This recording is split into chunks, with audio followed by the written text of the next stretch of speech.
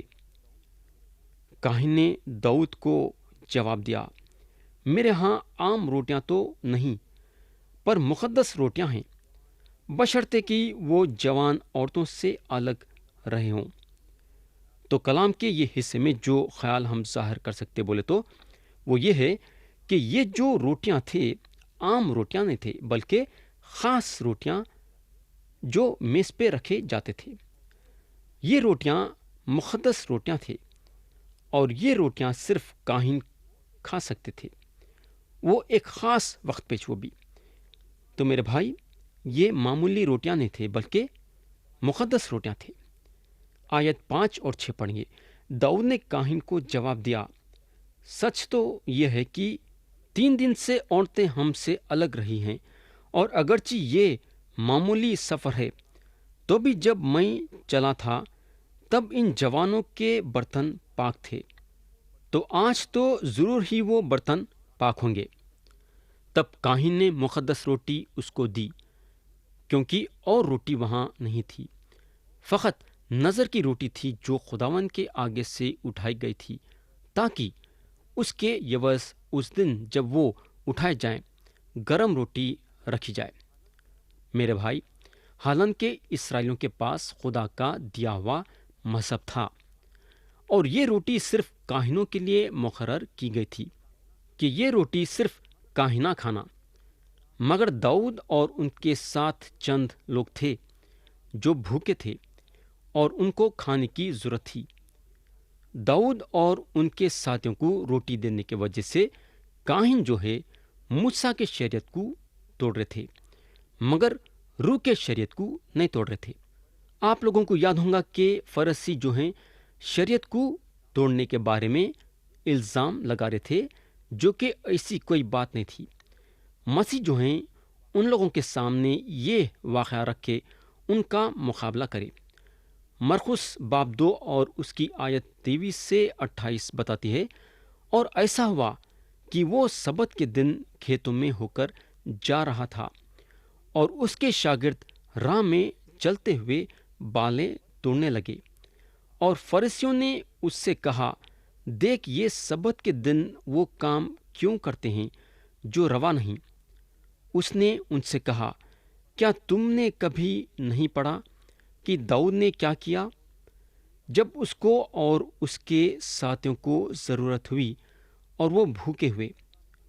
وہ کیوں کر سردار کاہن ابیاتار کے عہد میں خدا کے گھر میں گیا اور نظر کی روٹیاں کھائیں، جن کا کھانا کاہنوں کے سوائے اور کسی کو روا نہیں، اور اپنے ساتھیوں کو بھی دیں۔ اور اس نے ان سے کہا، سبت آدمی کے واسطے بنا ہے، نہ آدمی سبت کے واسطے، پس ابن آدم سبت کا بھی مالک ہے۔ تو یہاں یسوع مسیح یہ بتانا چاہتے ہیں کہ جب داؤد یہ کام کر سکتے تھے اور یہ ایک صحیح کام تھا، تو یہاں داؤد سے بھی ایک بڑا ہے اور انہیں بھی یہ کام کر سکتا ہے۔ داؤد وہ پاک روٹی کھائے کیونکہ اس وقت ان کو اپنی بھوک مٹانے کی ضرورت تھی۔ مسیح کا بولنے کا مطلب یہ ہے کہ جب آدمی کے ضرورت کا سوال پیدا ہوتا ہے، ذرا غور سے سنو، جب آدمی کے ضرورت کا سوال پیدا ہوتا ہے تو مذہبی اور طور طریقے یہ سب بازو رکھ دینا۔ آیت 7 پڑھیں گے۔ اور وہاں اس دن سول کے خادموں میں سے ایک شخص خداوند کے آگے رکا ہوا تھا، اس کا نام ادومی دویگ تھا، یہ سول کے چرواہوں کا سردار تھا۔